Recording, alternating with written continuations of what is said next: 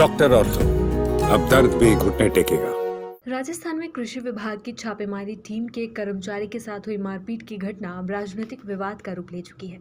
इस मामले को लेकर सत्ता पक्ष और विपक्ष आमने सामने आ गए हैं। कांग्रेस ने जहां कृषि विभाग की कार्रवाई पर सवाल उठाए हैं, वहीं कृषि मंत्री किरोड़ीलाल मीणा ने आरोपों को पूरी तरह खारिज करते हुए इसे नकली बीज माफिया की साजिश बताया है। प्रदेश कांग्रेस अध्यक्ष गोविंद सिंह डोटासरा ने घटना का वीडियो साझा करते हुए राज्य सरकार और कृषि विभाग पर गंभीर सवाल उठाए हैं।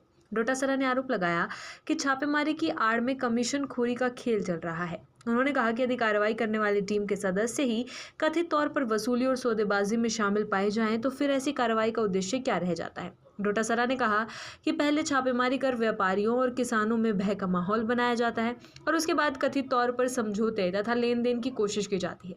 उन्होंने इसे प्रशासनिक व्यवस्था पर गंभीर प्रश्न चिन्ह बताते हुए कहा कि जनता जानना चाहती है कि कार्रवाई के नाम पर आखिर क्या हो रहा है।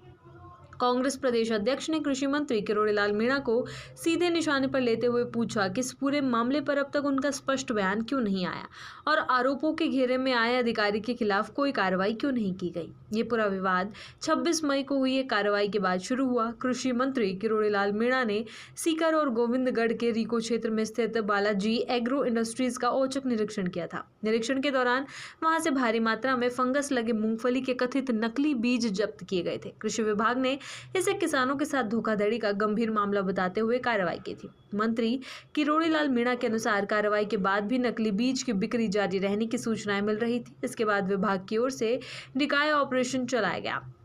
मंत्री के मुताबिक विभाग में 2 कर्मचारी संदीप और रजनीश किसान बनकर बाजार में जानकारी जुटाने पहुंचे थे ताकि नकली बीज के नेटवर्क और कारोबार से जुड़े तथ्यों का पता लगाया जा सके। कृषि मंत्री का आरोप है कि बीज व्यापारी को डिकॉय टीम की गतिविधियों पर संदेह हो गया। इसके बाद कथित तौर पर एक सुनियोजित साजिश के तहत टीम के सदस्यों को एक स्थान पर बुलाया गया और उन पर पैसे मांगने का झूठा आरोप लगाया गया। मंत्री के अनुसार वहां पहले से मौजूद 20 से 25 लोगों ने डिकॉय टीम के कर्मचारियों के साथ मारपीट की। उनका कहना है कि मामले की जांच में बीज व्यापारी द्वारा लगाए गए आरोप तथ्यहीन और निराधार पाए गए हैं।